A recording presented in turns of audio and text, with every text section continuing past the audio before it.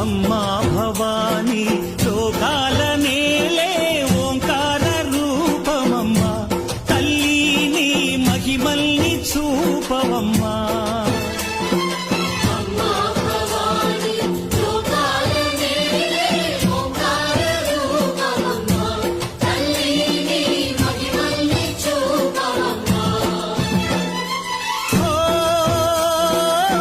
సృష్టికే దీపమా, శక్తికే మూలమా, సింహరథమే నీదమ్మా.